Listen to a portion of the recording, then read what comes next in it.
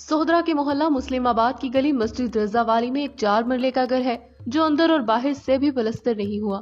उसकी सीमेंट से महज चुनाई हुई है। गोया ये घर अभी जेर तामीर है। इस जेर तामीर घर में अपने 2 नन्हे बेटों, बूढ़ी वालदा और अहलिया के हमरा नवीद अहमद रिहाइश पजीर थे। इमरान खान के लॉन्ग मार्च पर फायरिंग के बाद से वजीराबाद का ये इलाका खबरों में है, क्योंकि पुलिस की हिरासत में मौजूद एक मुबशिरा हमलावर नवीद अहमद का ताल्लुक इसी इलाके से बताया जा रहा है। सोहदरा दरिया चनाब के किनारे पर आबाद है। ये गुंजान आबादी का कस्बा है। ख्याल है कि इस कस्बे में करीबन हर खानदान में से कम एक फर्द मुल्क से बाहर रोजगार की खातिर मुकीम है। नवीद अहमद का बड़ा बेटा लगभग 1.5 बरस का है, जबकि छोटा बेटा महज 10 दिन पहले पैदा हुआ था।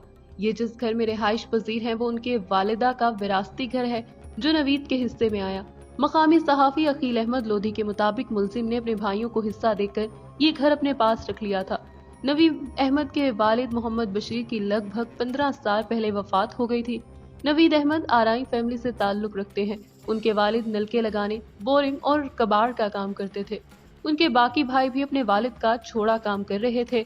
नलके लगाने का काम चूंकि थोड़ा जदीद हो गया है तो बोरिंग के लिए ये लोग अब मशीनों का इस्तेमाल करते हैं। नवीद अहमद 4-4.5 साल सऊदी अरब में मेहनत मजदूरी करते रहे और चंद माह कबल ही पाकिस्तान वापस आए।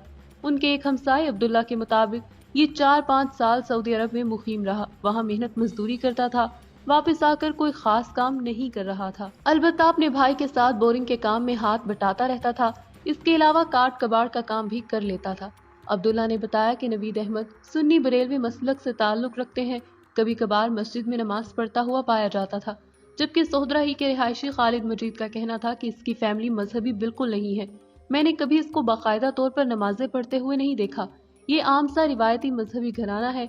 खालिद मजीद के मुताबिक जब मैंने सुना कि इसने फायरिंग की है तो हैरान रह गया, क्योंकि ये तो किसी को थप्पड़ तक मारने वाला बंदा दिखाई नहीं देता था। एक और हमसाए मोहम्मद अशरफ से जब ये पूछा गया कि आया नवीद अहमद इलाके में लड़ने झगड़ने की शोहरत रखता था, तो उनका कहना था बिल्कुल नहीं, कभी किसी से लड़ते झगड़ते नहीं देखा। जब भी देखा तो मजदूरी करते या घर ही में रहते देखा। ताहम एक हमसाए ने नाम ना बताने की शर्त पर कहा कि उसका मजहबी रुझान एक खास जमात की तरफ महसूस होता था। मकामी मस्जिद में मजहबी तकरीबात में शिरकत करता रहता था। जबकि मोहल्ला मुस्लिमाबाद के एक रिहायशी बाबर हुसैन ने बताया, मुझे नहीं मालूम कि इसका ताल्लुक किसी सियासी या मजहबी जमात से हो। ये आम सा बंदा था, आते जाते इससे सलाम दुआ हो जाती थी। सलाम दुआ से ज्यादा ये कोई बातचीत नहीं करता था। आम सा बंदा था, आम से बंदों के साथ ज्यादातर उठना बैठना था। एक और रिहायशी ने मकामी सहाफी अकील अहमद खान लोधी को बताया, मुलजिम नवीद अहमद के घर के करीब एक घर में हाउस ऑफ डेफोडिल स्कूल है, जहां चंद दिन कबल कोई तकरीब थी जिसमें मौसीकी का इस्तेमाल भी किया गया। तो नवीद अहमद इस बात पर सिखपा हुआ और स्कूल की इंतजामिया से उसकी तल्ख कलामी भी हुई। इस स्कूल की प्रिंसिपल एक खातून है जिनसे सहाफी अकील अहमद लोधी ने राब्ता करके वाकई की तस्दीक चाही, तो राब्ता न हो सका। सहाफी अकील अहमद लोधी के मुताबिक स्कूल की प्रिंसिपल दूसरे मोहल्ले में रहती हैं, जबकि मुलजिम की फैमिली के ज्यादातर लोग या तो पुलिस पकड़ कर ले गई है या वो फरार हो चुके हैं।